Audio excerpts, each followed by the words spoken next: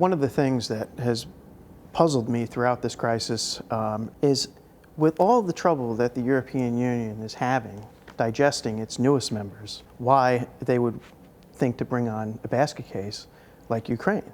And so economically, it doesn't really make sense for a European Union that has just itself getting out of its own crisis of the past few years. And so I wonder if the motives could be elsewhere, and I suspect that they are. Look at the European Union Association Agreement. First of all, it proposes what they call a deep and comprehensive free trade area, but it also has specific security and foreign policy protocols embedded within it. And I think that that's sort of the key, because if Ukraine was to follow, and they've since signed it this past June, that would put them on the road to NATO membership. And I think that the crisis really is being driven in part by the desire to put Ukraine into NATO. And that's sort of extraordinary given the really sort of defensive nature of the original iteration of NATO. I mean, after all, at the very beginning, Lord Ismay said the point of NATO was to keep the Americans in, the Germans down, and the Russians out. And so that was a sort of defensive rationale. We're a long way from that now. But what strikes me when you hear American policymakers talk about this is that some of them genuinely still believe that NATO is a defensive alliance. But you couldn't possibly believe that given NATO's interventions in, say, Libya, for example, in 2011.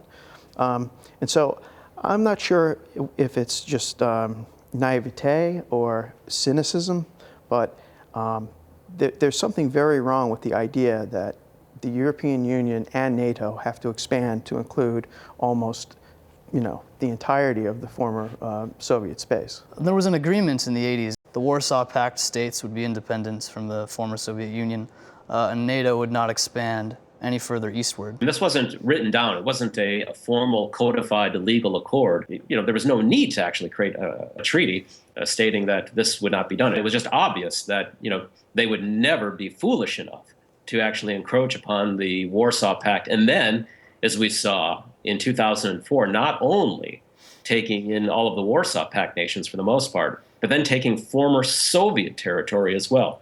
And then, of course, the movements that we saw in Georgia in 2008 made it appear as if Georgia was next in line.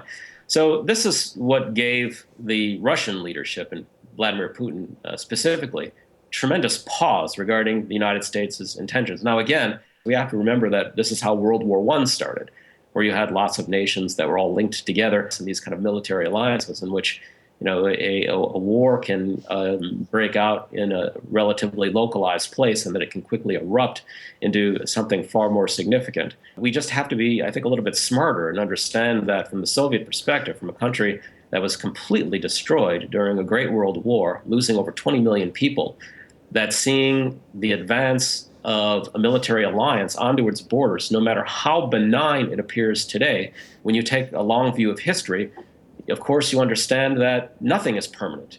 Everything and anything can change. What is today a benign alliance, if that is how one sees it, can become a hostile one under a different order and a different system. So we really, really pushed their limits of tolerance. Yeah, there's a central irony in all of this. NATO was formed ostensibly to make Western Europe secure against any Soviet threat.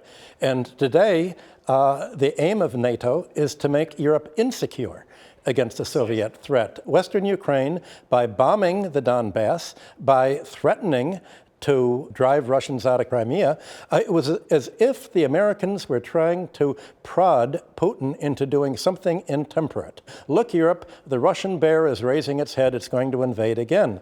By restarting the Cold War and by making these threats, NATO is making Europe much more insecure, not only militarily, but also economically. Now, Alex, if I can just interject, I mean, whether it's malevolence, as Michael is suggesting in terms of this policy, or as I'm suggesting, just stupidity. The net effect is that NATO is a force for instability, and it's increasing the prospect for military conflict. And this is very, very dangerous. And Putin, for all of the misgivings that I have about him personally, is somewhat of a moderate when it comes to these foreign policy issues. I mean, I've met with some of the hardliners in Russia, people like Alexander Dugin and the rest.